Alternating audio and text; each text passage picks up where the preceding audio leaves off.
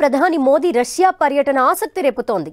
రష్యాతో భారత్కు గ్యాప్ వచ్చిందని, విభేదాలు పెరిగాయని, ఇక ఈ బంధం తెగినట్లేనని ఒకవైపు ఊహాగానాలు. మరోపక్క యుక్రెయిన్ రష్యా యుద్ధం తర్వాత మోదీ ఫస్ట్ టైం మాస్కోలో పర్యటిస్తున్నారు. అమెరికా ఆంక్షలను కాదని భారత్ రష్యాతో వాణిజ్యాన్ని కొనసాగిస్తోంది. ఇండియాతో సన్నిహిత సంబంధాల్ని కొనసాగిస్తూనే డ్రాగన్ కంట్రీ చైనాతో పట్టాలేసుకుంటోంది రష్యా. ఇలాంటి విచిత్ర పరిస్థితుల్లో మోదీ రష్యా టూర్ చాలా ఇంట్రెస్టింగ్గా మారింది. రష్యాతో భారత్ బంధం బలపడుతోందా? ఇంతకీ ప్రధాని మోదీ వ్యూహం ఏంటి?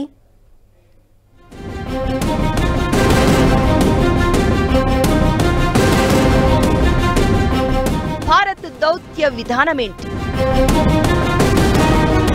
మోదీ వ్యూహమేంటి? ఇదే ఇప్పుడు ప్రపంచ దేశాలకు అంతుపట్టకుండా ఉంది. యుక్రెయిన్ పై దండెత్తిన మాస్కోను ఒంటరిని చేసేందుకు అమెరికా ఆధ్వర్యంలో పశ్చిమ దేశాలు తీవ్రంగా ప్రయత్నిస్తున్నాయి. ఇలాంటి సమయంలో మోదీ పుతిన్ భేటీ ఆసక్తికరంగా మారింది. 5 ఏళ్ల తర్వాత పుతిన్ మోదీ మరోసారి ద్వైపాక్షిక చర్చలకు ముందడుగు వేశారు. రష్యాపై పాశ్చాత్య దేశాలు ఎన్ని ఆంక్షలు విధించినా తన ప్రయోజనం కోసం రష్యాతో ఇండియా తన బంధాన్ని కొనసాగిస్తోంది. మోదీ పర్యటనలో ఆర్థిక అంశాలే కాకుండా వ్యూహాత్మక విషయాలు చాలానే ఉన్నాయి. ముందు దేశం, తర్వాతే ఏదైనా. ఏ దేశంతోనూ శత్రుత్వం లేదు. ఎవరేమనుకున్నా మాకు అనవసరం. మా దేశ ప్రయోజనాలే మాకు ముఖ్యం. ఇది ప్రధానంగా మోదీ అనుసరిస్తున్న విదేశీ వ్యవహారాల వ్యూహం. మీ అవసరం మాకుంది అంటే మీతో సంప్రదింపులు చేస్తాం. మా అవసరం మీకున్నా మీతో దౌత్యం నెరుపుతాం. ఇలానే ఆలోచిస్తున్నారు ప్రధాని. భారత్కు శత్రు దేశాలు ప్రత్యర్థుల గుండెల్లో రైళ్లు పరిగెత్తించాలి.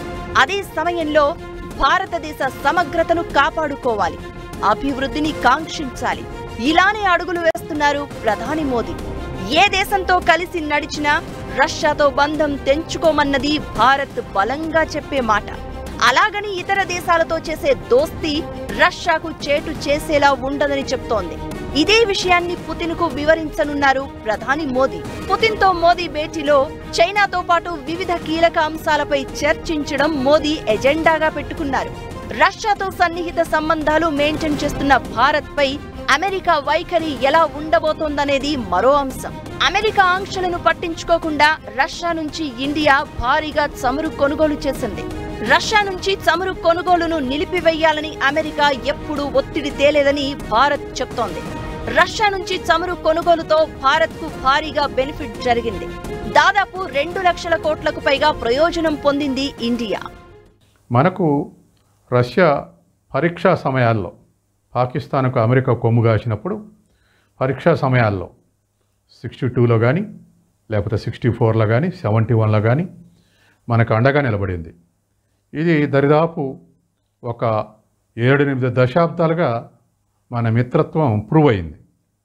అట్లాగే ఉక్రెయిన్ యుద్ధం ఎరప్ట్ అయినప్పుడు అమెరికా, యూరప్ దేశాలు ఒత్తిడి సృష్టించడానికి ప్రయత్నం చేశాయి. కానీ భారతదేశం వినలేదు. మోడీ కూడా స్వతంత్ర విదేశాంగ విధానాన్ని కొనసాగించాడు.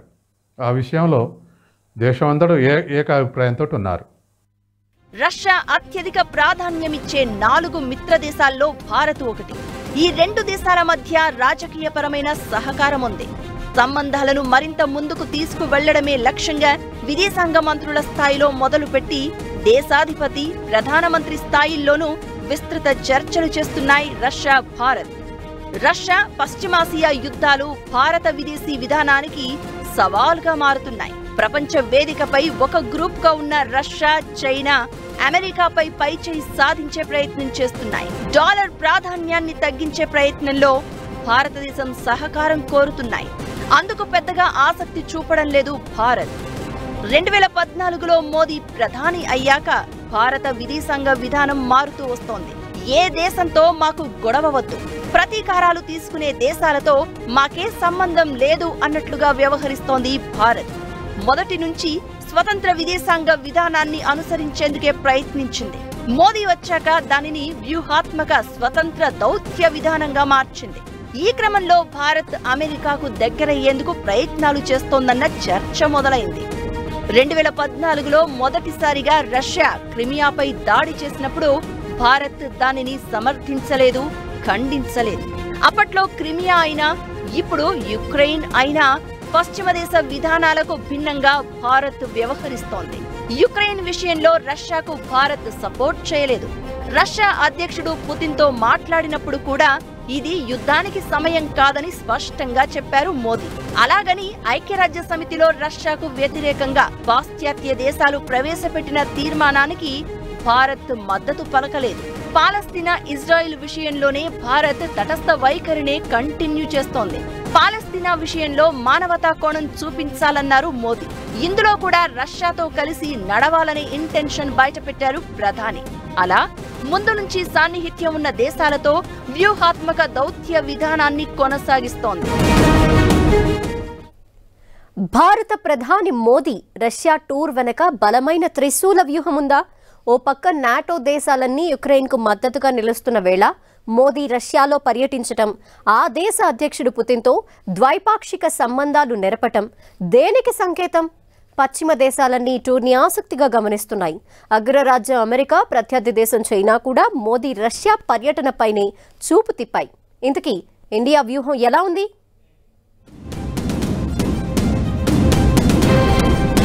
రష్యా అధ్యక్షుడు పుతిన్ ఆహ్వానంతో భారత్ రష్యాల 22వ వార్షిక సదస్సు కోసం భారత ప్రధాని మోదీ మాస్కోలో అడుగుపెట్టారు. గత 3 ఏళ్లలో 2 దేశాల మధ్య ఎలాంటి ద్వైపాక్షిక సమావేశాలు జరగలేదు. రష్యాను ప్రపంచవ్యాప్తంగా ఏకాకిని చేసేందుకు నాటో సభ్య దేశాలు, అమెరికా, యూరప్లోని దాని మిత్ర దేశాలు ప్రయత్నిస్తున్నాయి. ఇలాంటి తరుణంలో మోదీ రష్యా పర్యటన ఇంట్రెస్టింగ్ గా మారింది. రష్యాతో బంధం బలోపేతం చేసుకోవడం ద్వారా చైనాను దూరం చేసి చెక్ పెట్టాలనేది మోదీ వ్యూహంలో భాగం. అందుకే ఆర్మీ విమానాలు, హెలికాప్టర్లు, ఇతర ఆయుధ సామగ్రితో పాటు క్రూడాయిల్ సహకారం లాంటి ప్రధానమైన వాణిజ్య, ఇతర ఒప్పందాలపై మోదీ మరింత ఫోకస్ పెంచారు. అయితే ఇవి నాటో దేశాలకు కొంత ఇబ్బందికరంగా మారాయి. కానీ దేశం ఫస్ట్, తరువాతే ఏదైనా అనే ఎజెండాతో మోదీ తమకు అవసరమనుకున్న అన్ని దేశాలతో సఖ్యత పాటిస్తున్నారు. అమెరికా, ఇటలీ, బ్రిటన్ సహా పలు పెద్ద దేశాలతో న్యూట్రల్ గా వ్యవహరిస్తూ వస్తున్నారు ప్రధాని. ఇది మోదీ నూతన ద్వైపాక్షిక విధానమే.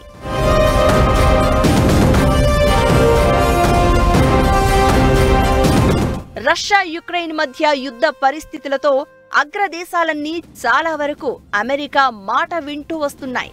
కానీ భారత్ దానికి భిన్నంగా వ్యవహరిస్తూ వచ్చింది. అలాగని రష్యాతో మరీ దగ్గరైపోయి తిరగడం చేయలేదు, హుందాగా వ్యవహరించింది. భారత్ ముందు నుంచి రష్యాతో ఆత్మీయంగానే ఉంటోంది. అగ్రరాజ్యమైన అమెరికాతోనూ స్నేహపూర్వకంగానే మసులుకుంటోంది ఇండియా.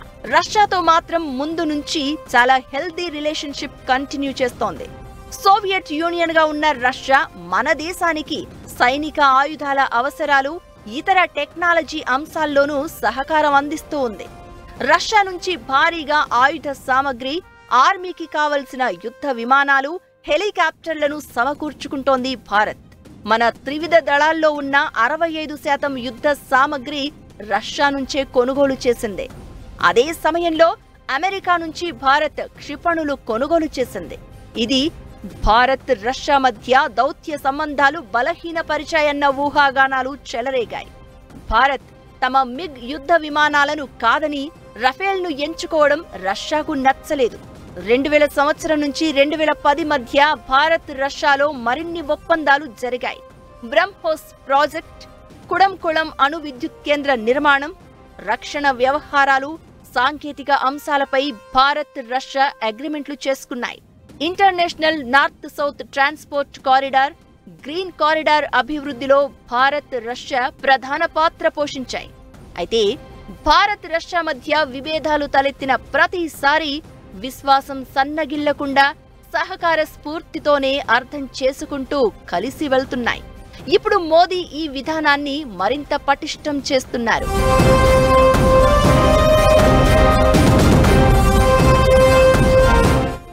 భారత్కు స్వాతంత్ర్యం రాకముందే ఇండియా రష్యా మధ్య దౌత్య సంబంధాలు ఏర్పడ్డాయి. 1947 నుంచి ఇప్పటి వరకు ప్రపంచంలో చాలా పరిణామాలు, యుద్ధాలు, ఉద్రిక్తతలు ఏర్పడ్డాయి. రష్యాతో బంధం ఉన్నా మరోవైపు పెద్దన్న దేశం అమెరికాతో కూడా ఫ్రెండ్షిప్ మెయింటైన్ చేయడంలో భారత్ చాలా వ్యూహాత్మకంగా అడుగులు వేస్తోంది. అదే సమయంలో చైనా అహంకార ధోరణికి కళ్ళెం వేయడంలో ఏమాత్రం వెనుకడుగు వెయ్యలేదు. మోదీ ప్రధాని అయ్యాక చైనా, పాక్, మాల్దీవులు ఇలా తోక జాడించే దేశాలతో కఠినంగానే వ్యవహరిస్తూ వెళ్తున్నారు. చైనా, భారతదేశ సమగ్రతను సవాల్ చేసే ప్రతి సమయంలోనూ మోదీ తనదైన రాజకీయ చాణక్యాన్ని ప్రదర్శిస్తూ వచ్చారు. ఇండో పసిఫిక్ వ్యూహం పేరుతో ఏర్పడిన క్వాడ్లో భారత్, అమెరికాలు భాగమయ్యాయి. ఇది రష్యాకు కొంత ఆందోళన కలిగించింది.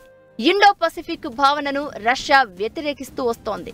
అయినా భారత్తో బంధాన్ని తెంచుకోలేదు మాస్కో. బాక్రానంగల్ డ్యాం నిర్మాణం, ఆర్మీ యుద్ధ విమానాలు, హెలికాప్టర్లు, అంతరిక్ష పరిశోధనలు, శాస్త్ర సాంకేతిక సహకారం ఇలా రెండు దేశాలు ఇచ్చిపుచ్చుకునే ధోరణితోనే వెళ్తున్నాయి. దీంతో చైనా కూడా భారత్ విషయంలో ఏదైనా నిర్ణయం తీసుకోవాలంటే ఆచితూచి అడుగులు వేయాల్సిన పరిస్థితి తెచ్చారు మోదీ. ఆఫ్ఘనిస్తాన్ శాంతి ప్రక్రియలో తాలిబాన్ల తీరు సరైందే అని రష్యా అంది. భారత్ మద్దతివ్వలేదు.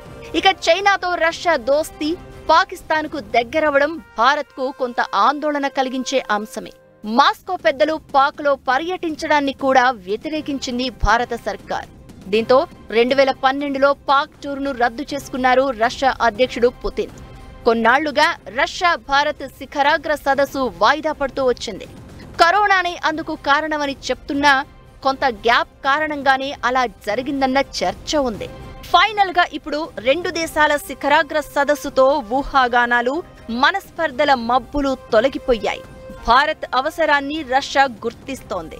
అలాగే రష్యా శక్తి సామర్థ్యాలను ఇండియా తమకు అనుకూలంగా మార్చుకోవాలనుకుంటోంది. అంతేకాని రష్యాపై వల్లమాలిన ప్రేమ, అభిమానం, ఇతర పశ్చిమ దేశాలపై ద్వేషం ఇండియాకు ఏమాత్రం ఉండదని మోదీ ఈ టూర్ ద్వారా సంకేతాలిచ్చారు.